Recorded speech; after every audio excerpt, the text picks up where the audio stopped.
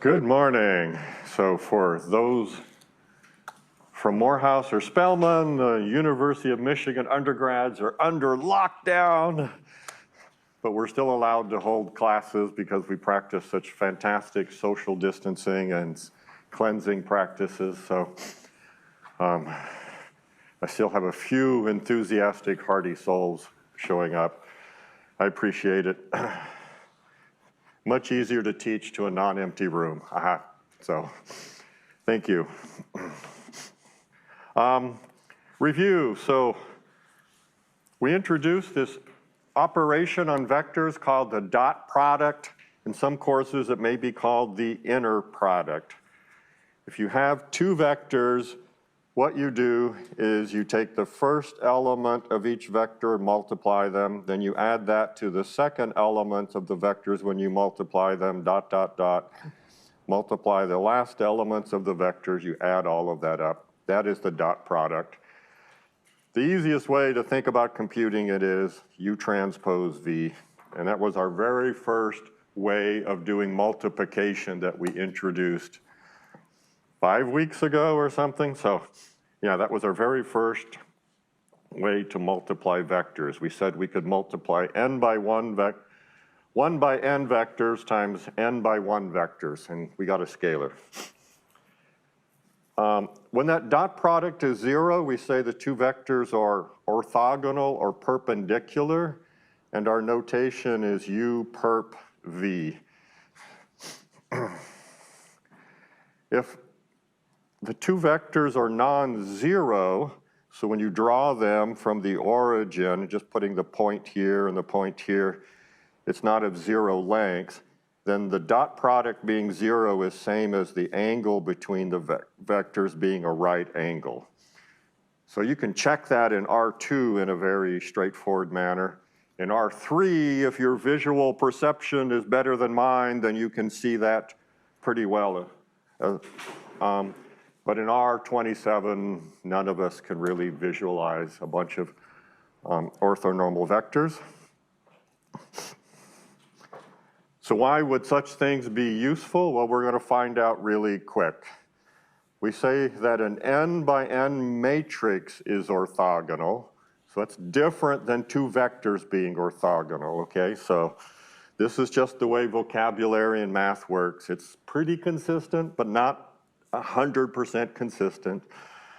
A square matrix is orthogonal if I take its transpose times itself, or the matrix times its transpose, I get the n by n identity matrix. And that means we have the wonderful property that we can invert the matrix by simply transposing it. So we take rows into columns, or we take the columns into rows. However you want to think about the transpose, both are valid. And it seems too good to be true that such matrices are widely available to us. There should be just a few obscure things that satisfy it of no practical interest, but actually the exact opposite is true. Anytime you have a square matrix A, and its columns are linearly independent, so that's the same thing as determinant being non-zero. If the columns of A are linearly independent, we're always going to be able to factor it as an orthogonal matrix times a square upper triangular matrix. And because the determinant of A is non-zero, that upper triangular matrix will have a non-zero determinant. And because it's triangular, that means everything on its diagonal is non-zero. So when we use back substitution, we will never divide by 0. Back substitution will work. So this will give us a really cool way to solve AX equals B, because we can invert this part of it and then do back substitution with the other part.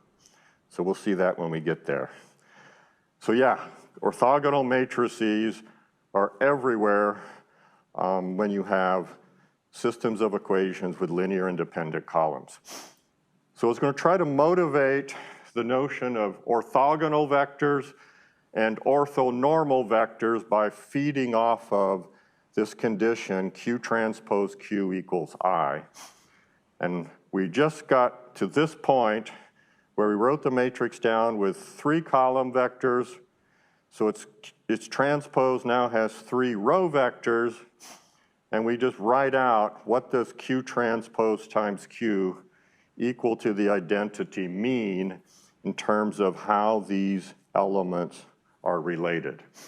And that's where we pick up the story from Monday. So this is using our older definition, our original one. If we want the ij entry of a matrix, we would take for the 2, 1, we would take the second row times the first column. In general, we'd take the ith row times the jth column to get the ij entry. So that's the original matrix definition of multiplication. And so we just start writing down the things that we have. So V1 transpose times V1, that has to equal 1, because that's the 1, 1 entry. V2 transpose times V1, that's 0. V3 transpose times V1, that's also 0. So we can continue. I'll take the second row and go now times all of the columns. So I'll take the second row, whoops, I keep doing that every once in a while, it doesn't click. I'll take all of the rows now and go by the second column. I guess that's what I'm doing. Who knows what I'm doing, but I'm doing something and it's good. V1 transpose times V2, that has to equal first row, second column, so that's 0. V2 transpose times V2, that's on the diagonal, so that's 1. V3 transpose times V2, so that's third row, second column, that's a 0 again. Third row, second column. Okay, first row, second column, second row, second column, third row, etc. Now we'll get these numbers. And so we'll do V1 transpose times V3, 0. V2 transpose V3, 0.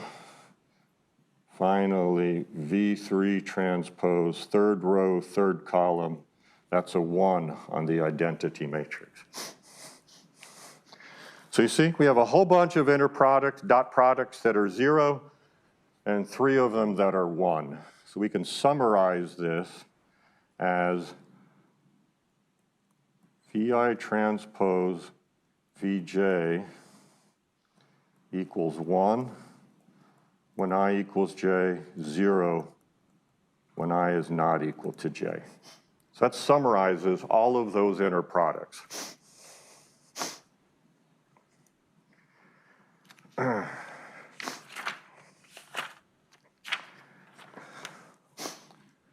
Okay, and now when I equals j, let's just check this out. So this says Vi transpose Vi equals 1.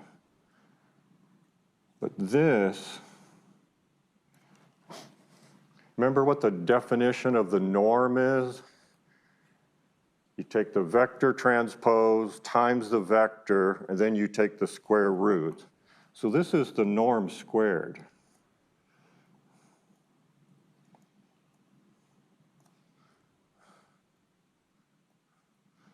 So if the norm squared is 1, the norm is 1, because the norm can't be negative, okay? So this is if and only if, because the norm cannot be negative. Ooh. Okay, so these conditions give us a whole bunch of things that are orthogonal. we have VI perpendicular to VJ for I not equal to J. And then when I and J are equal, the vector has norm 1. So that's a very, very, very special set of requirements on the vector. This makes sense? A little bit? We start out with Q transpose Q. We realize that those are all dot products because we can write the dot product as the transpose of a vector times another vector. Set it equal to, hey, if it's going to be equal to the identity, that's what pops out. So we have, these are the key conditions on our vectors. Each vector has length 1, and each vector is orthogonal to all of the other vectors in the set. So the columns are orthogonal to one another, and each of them has norm 1. That is an orthogonal matrix.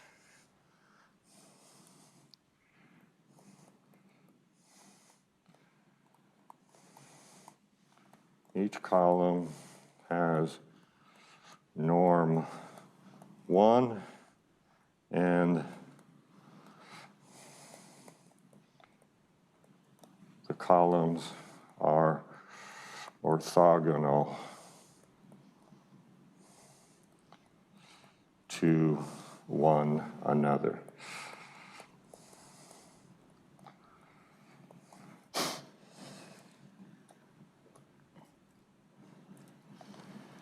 Okay, so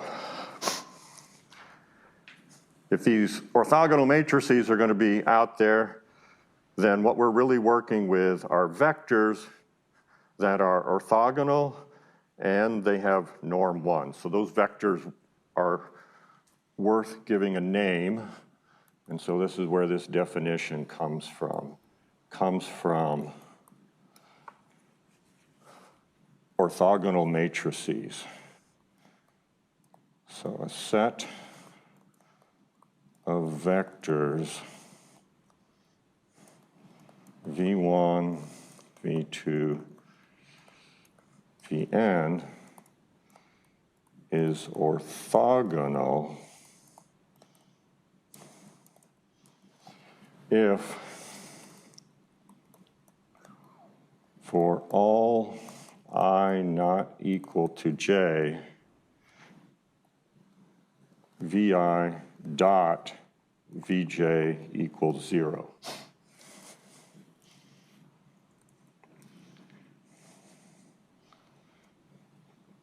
We just note that's the same as Vi orthogonal to Vj I not equal to j. So whichever notation helps you to remember the definition is what you should use, okay? So it doesn't really matter. So, the name is orthogonal vectors. And for vectors to be orthogonal, we don't say anything about their length. So if every vector in that set was 0, it would be a set of orthogonal vectors. Not a very interesting one, but they would still be orthogonal, okay? So there's nothing there about the length. So we'll make this part A. Okay, and then we say V1, V2, dot, dot, dot, Vn is, and I should have put the other one in red, orthonormal. So that's a big word. Ortho from orthogonal, normal from length being 1. Okay, is how it's going to turn out. Is orthonormal if first property, it is orthogonal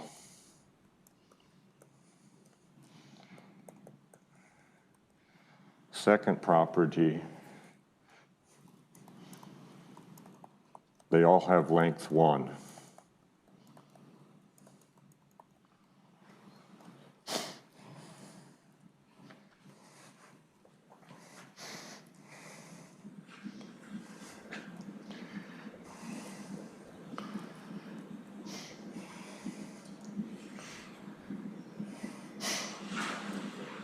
Okay, so everyone in the beginning struggles with remembering orthogonal has nothing to do with length, and it's only when you use orthonormal, and this is a hard word to remember because it's kind of a strange word, orthonormal. Okay, so it's just vocabulary.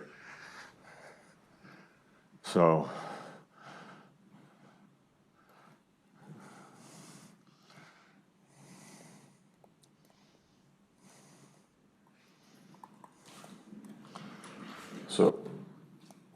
orthonormal,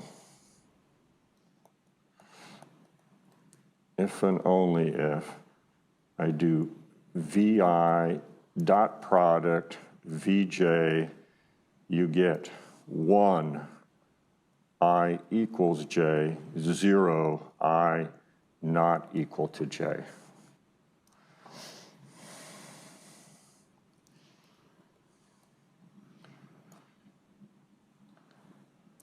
Same thing, if you prefer to do your dot products as transposes like a lot of us do, doesn't matter. I equal to J, 0 I not equal to J. Bingo. So that's what orthonormal is.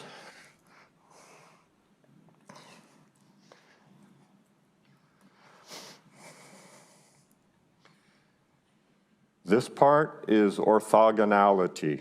Inner product or dot product is 0, I not equal to J. That's the orthogonality. This is length equals 1. That's the norm squared. I equals J, that's the norm squared, equal to 1. I equals J. So this is the normal, this is the ortho in orthonormal. Okay, so that's it. That's the definition. And then we want to see how can we take vectors that don't have length 1, make them have length 1.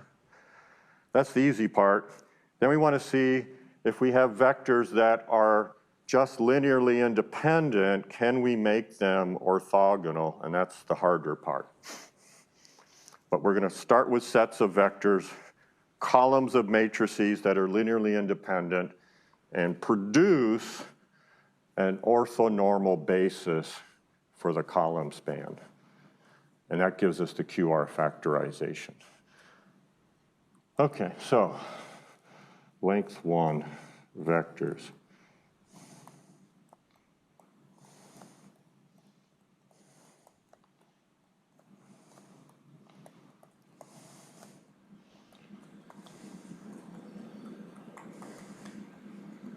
So how do you take a vector and make it length 1? Well, we're just going to scale it. So if we have a vector and it's the 0 vector, there's nothing we can do, okay? You can't multiply a 0 vector by anything and make its length become something because we don't use infinity. Okay, so we start with a vector that's not 0. And remember, if a vector is not 0, then the norm of the vector is not 0. Those two things are equivalent. That's a property of the norm.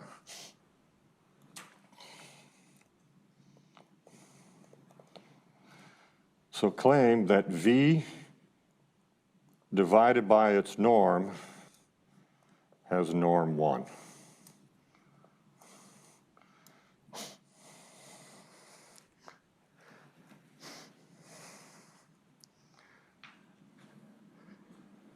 Yep.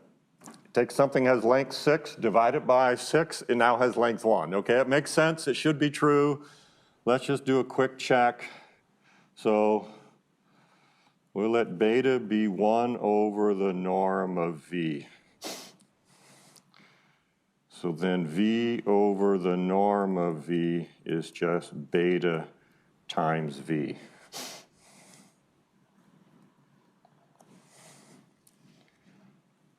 So if we do the norm of beta times V, beta is just a scalar and it comes out of the norm. In principle, we have to take its absolute value.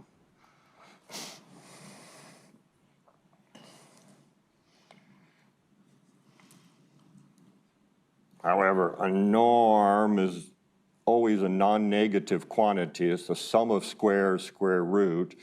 Ours is a positive quantity because the vector is not zero, so this is positive, so the absolute value is now equal to beta times the norm of V.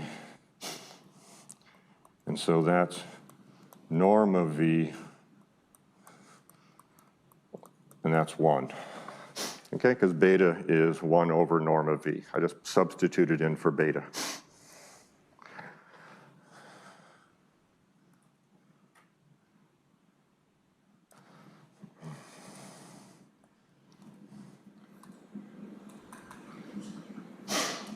Okay, calculating these things and normalizing them by hand is usually painful because you got this, even if V has these nice integer numbers in my examples, you square them, you add them up, you get a nice integer, but then you take the square root and it's no longer a nice integer. And then you carry that calculation around with you for a couple of lines, and then you're just going like, give me a computer, okay? Give me Julia. And that's where you want to do all that stuff. Okay, let's see if there's questions. Orthogonal matrices, they're amazing. We don't know if there exist very many of them, so we're going to work on that. From orthogonal matrices, we get this idea of orthonormal vectors. They're orthogonal, they all have length 1. Taking vectors that are length 17 and making them have length 1, that's trivial. The big question remains, can you take vectors that are not orthogonal and produce from them in an easy way a set of orthogonal vectors? And that's the Gram-Schmidt process. So that's really cool. So how to construct orthogonal vectors. So we're going to construct orthogonal vectors, and then if we want orthonormal, we do the normalization at the end. Okay, so we first take vectors that are not forming right angles, and then we create vectors that are at right angles one to another. Okay, so we'll do an example, and then we'll just write down the general thing. So we're going to assume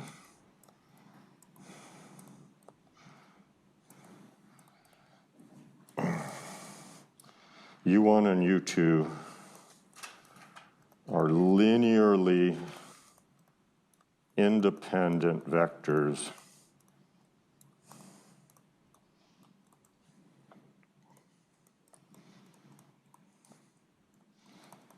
in Rn.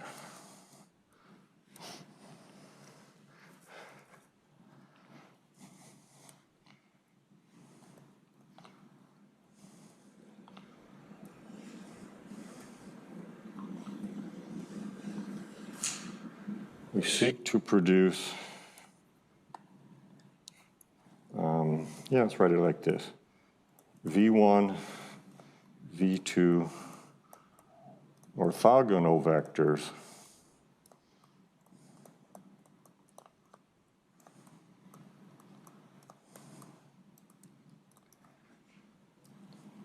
and we're going to do this in a really cool way. The span of the first vector we produce is going to be the same as the span of the first vector we're given.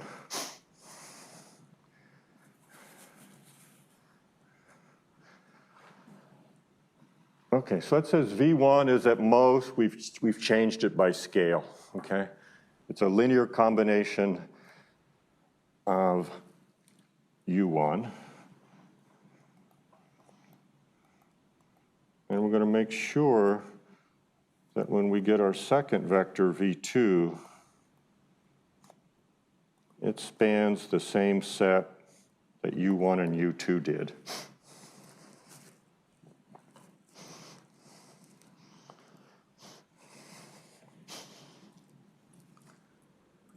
Okay, so this has dimension 1 because U1 is, and U1 and U2 are linearly independent, so we have dimension 2 here. They're linearly independent.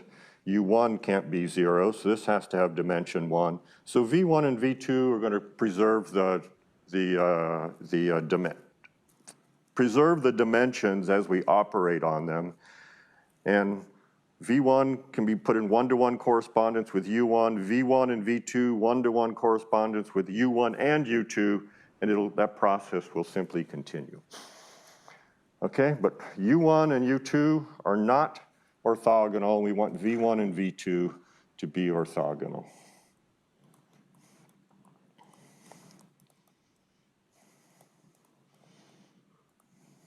Whoops, goal. Okay, well, the first step is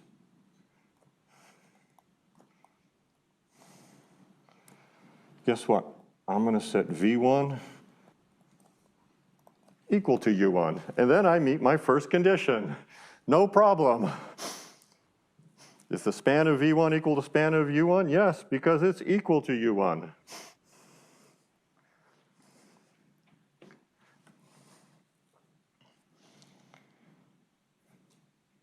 Okay, so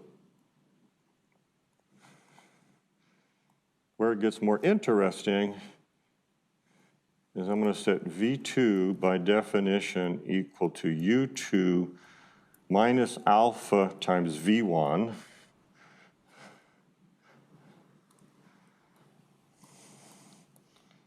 And we seek alpha such that V1 is orthogonal to V2.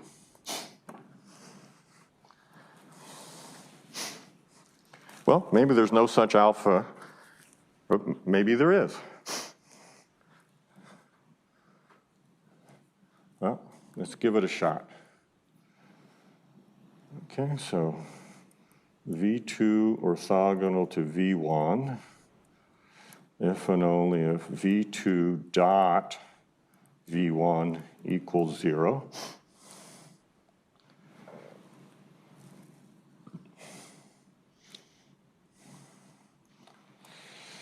We'll just continue down the page and just write in V2 is U2 minus alpha V1 dot V1 equals 0.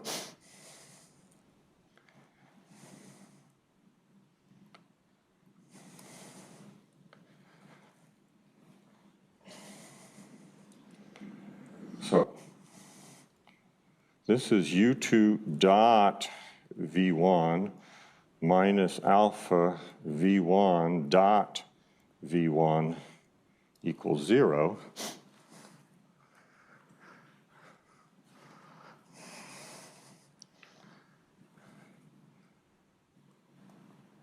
And so this is if and only if U2 dot V1 equals alpha V1 dot V1. Okay, so that's just algebra. Let you catch up. Just writing down all the algebra of what does it mean V1 orthogonal to V2. Okay, we grind it out, and then we get this condition, which is pretty cool. So what do we clearly want to do? We would like to solve for alpha. And that'll be easy to do if this quantity is not 0. If it's 0, we can't solve for alpha. So how do we argue that V1 dot V1 is not equal to 0? For that to be true, we need V1 not to be equal to 0. So, question, V1 dot V1 equal to 0? Let's put not. The answer is yes, because V1 is not equal to the 0 vector.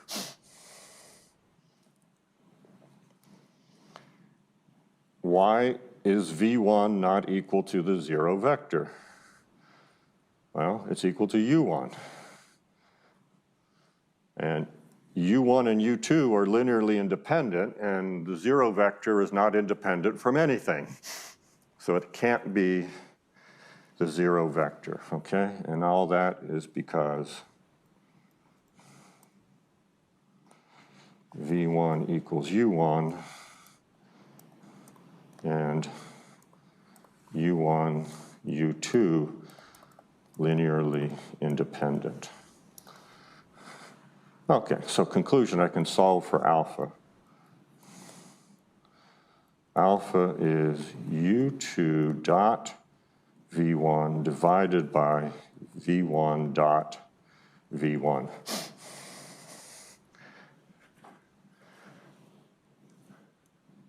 And I'll summarize this.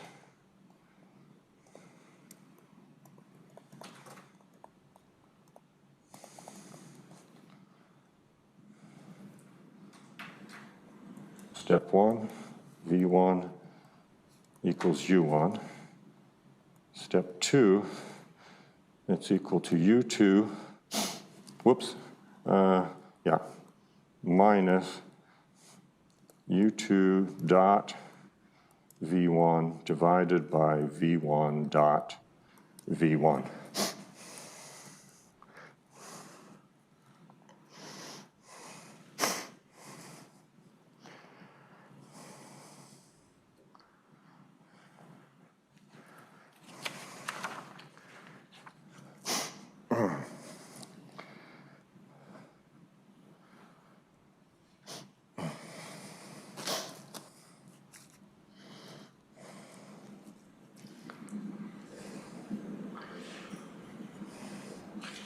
Okay, so let's think about this geometrically for a second, and then we'll move on. But suppose u2 dot v1 is 0, then I would have v2 equals u2.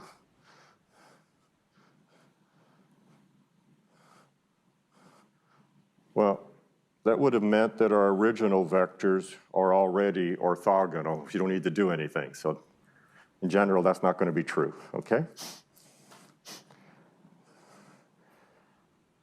At the next step, you can imagine we're going to have, instead of a v1 dot v1, we're also going to have a v2 dot v2. So we're going to have to argue, why is this not the 0 vector? Why can it never be the 0 vector? Whoops, I left off vector because this is v1 here. Okay. Well, let's look. v1 is equal to u1. So this is u2 minus a number times u1. It's a linear combination of u1 and u2. u1 and u2 are linearly independent. Can we produce 0 when at least one of the coefficients is guaranteed not to be 0? So can we take two linearly independent vectors, add them up, and have a non-trivial coefficient, and will we ever get 0 when we do that? And the answer is no. That's the definition of linear independence. So linear independence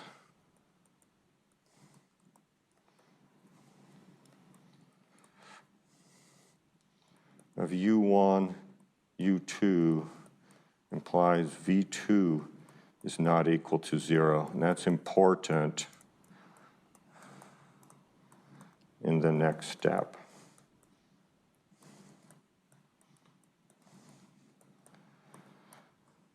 Of what we will call Gram-Schmidt.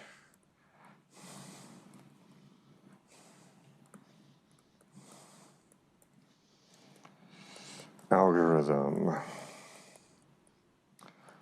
Okay, so this brings together all of our notions of linear combination, linear independence, spans, etc.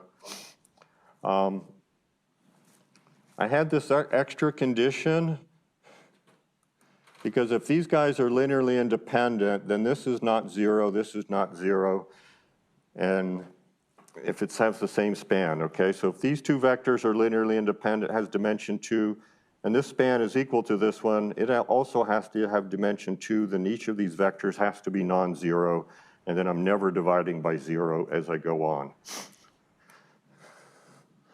And if I can say V1 is a linear combination of U1 and U2, and V2 is a linear combination of U1 and U2, then I'll get this span is contained in this direction.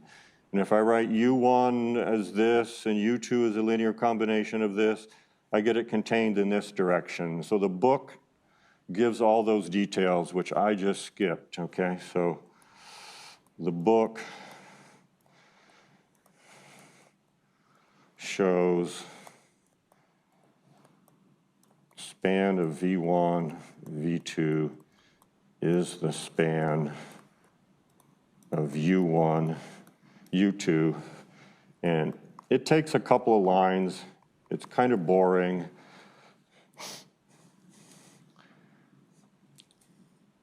Oh, you need to write that down before I move on.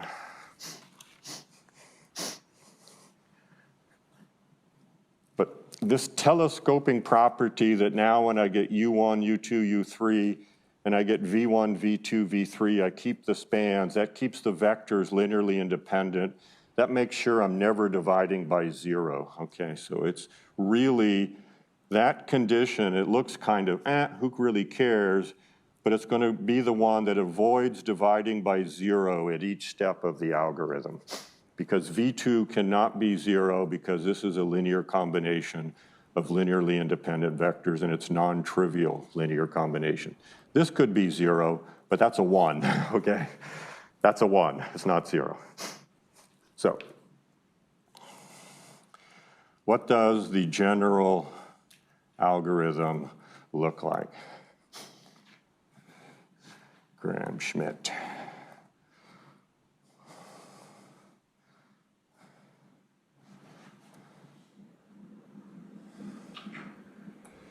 Get out of the way. Smaller. Good enough.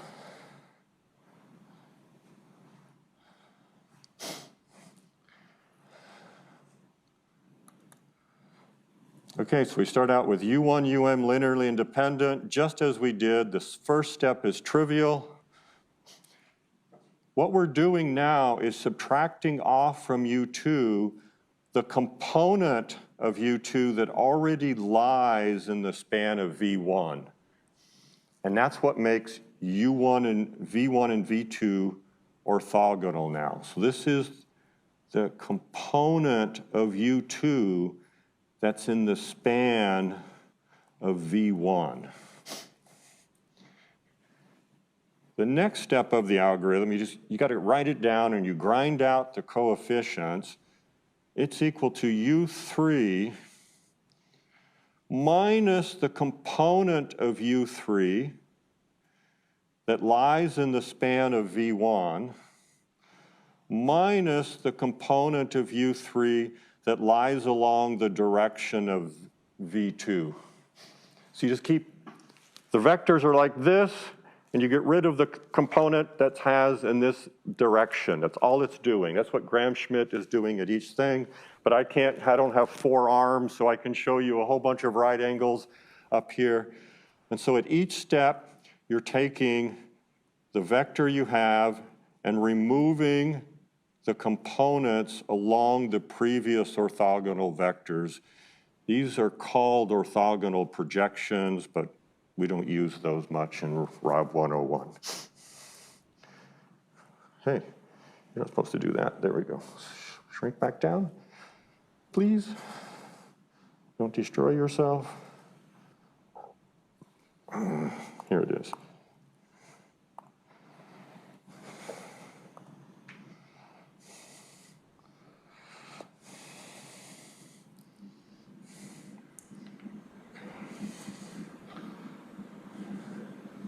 Slow today.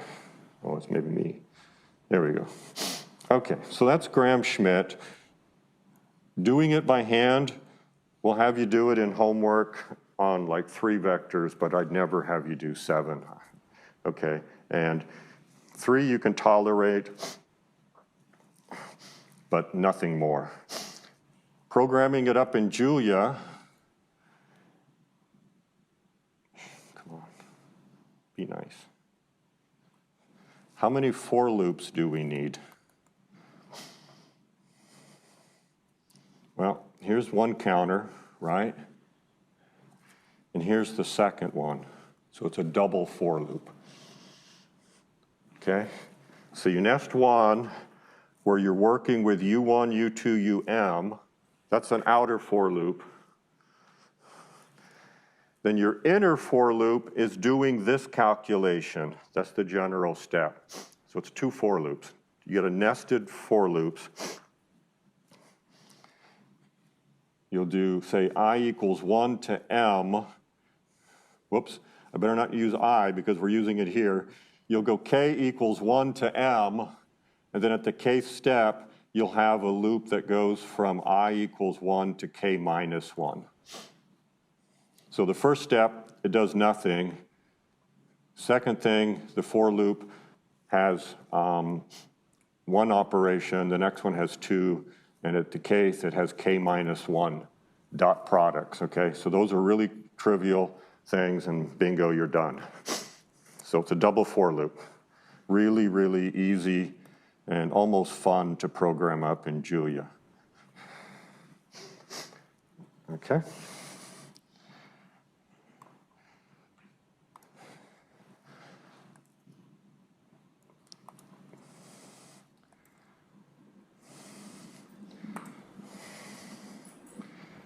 Schmidt example. Bingo. Yeah, we don't want to do all these calculations by hand. Totally unfun.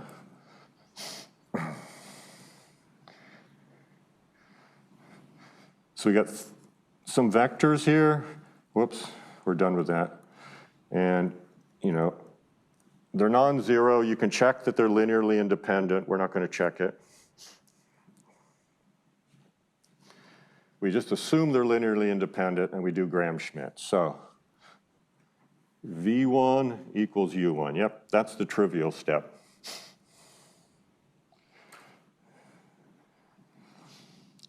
Okay, then we need to do V1 dot V1, and we need to calculate U2 dot V1, multiply it by V1, subtract it off, we get V2. Bingo. Now we've got 1, 2, we've already done this inner product, dot product. We need to do this dot product, so we got 1, 2, 3 new dot products to do, and then some vector additions, etc. And then you get this. Okay, so these vectors, you can check. They're now automatically orthogonal, but they don't have length 1. To get length 1, I need to calculate the norm. So 1 squared plus 1 squared is 2 square root, okay? And then you've got to do the next vector, etc. So what I did here was I multiplied everything by 2, and then divided by the norm of that, okay? So to give me some nice numbers here and to avoid playing, because I can take this and then just multiply it by a constant, it's still orthogonal. I can take this and multiply it by 19, it's still orthogonal. I can then divide by 2 and get a 1, a 3, and a 3, so that's what I did here. So these 3 vectors are orthogonal, and then I calculated the norm of those vectors. So 3 squared plus 3 squared is 18, plus 1 squared is 19, so it's V3. And then this vector divided by 1 over the square root of 19, which is square root of 19 over 19, as my high school teacher always told me to clean up my denominators, okay? Did your high school teacher always tell you to clean up your denominators? Yes. Does the world really, is it a better place if you clean up your denominators? The answer is no, okay, so it doesn't really matter. And in Julia, those are just string of decimals. Okay, so this is totally true. Very tedious by hand and totally a piece of cake in Julia. Come on. I give up. Not going to be highlighted. And typically, when you're doing it in Julia, I mean, why not just say this divided by the norm of U1, okay? Just clean it up right there. Then guess what? What is this inner product going to be? 1, because it's the norm squared. Okay, so in Julia, just make the norms 1 and then all the denominators go away. And then everything is just even simpler when you write everything down. But by hand, that is a nightmare. So nobody ever writes the algorithm down in a lecture like that, because one of the students might make you actually give an example and you would just die up here, okay? You'd be bogged down in decimal points. How are you? Do you guys love double for loops? I mean, you can see how it's going to happen, looping through all my vectors and then subtracting off components that lie along the previous ones to develop orthogonal vectors. And then I can normalize as I go if I want, or I can normalize all after. It's up to you. Cool. You guys are being very easy today. Let's see. Insert orthonormal, yeah. Where are you going to go? Ghostbusters. There we go.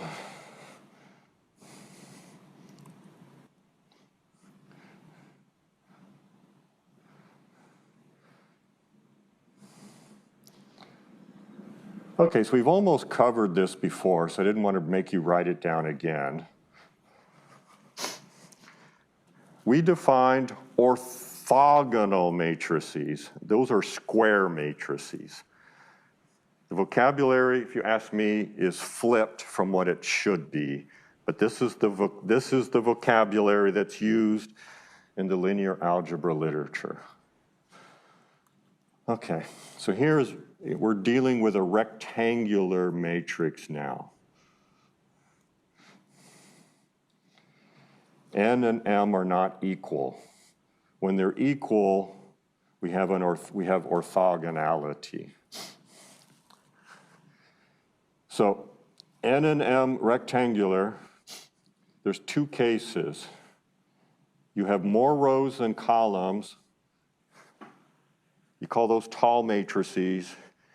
And you have more columns than rows. You call those wide matrices. And then you have the squares, N equals M.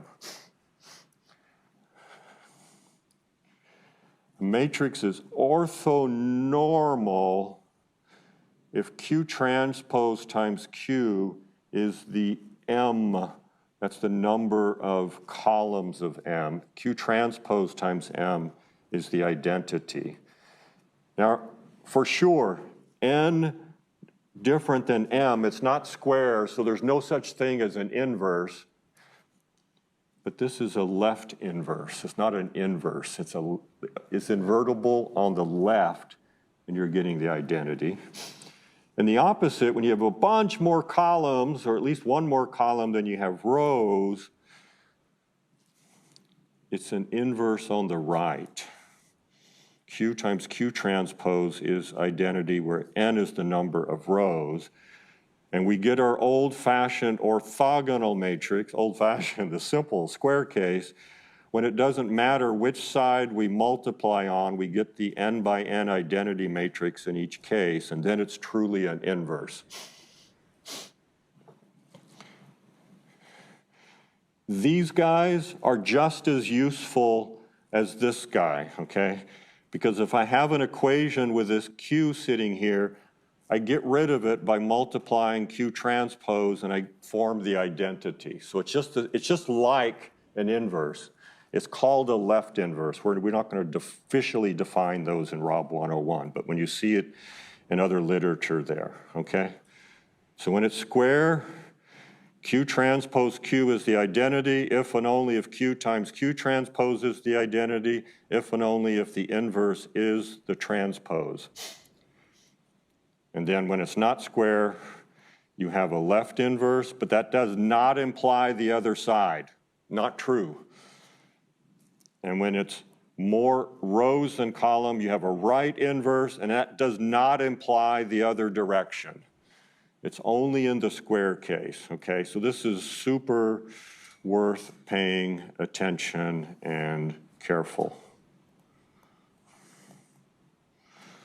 So my time is up, but not on this earth. I'll be back on Friday just for this lecture. My time is up, and we will complete the QR factorization and use it for solving a bunch of awesome problems, and we'll wrap up this chapter. Thank you.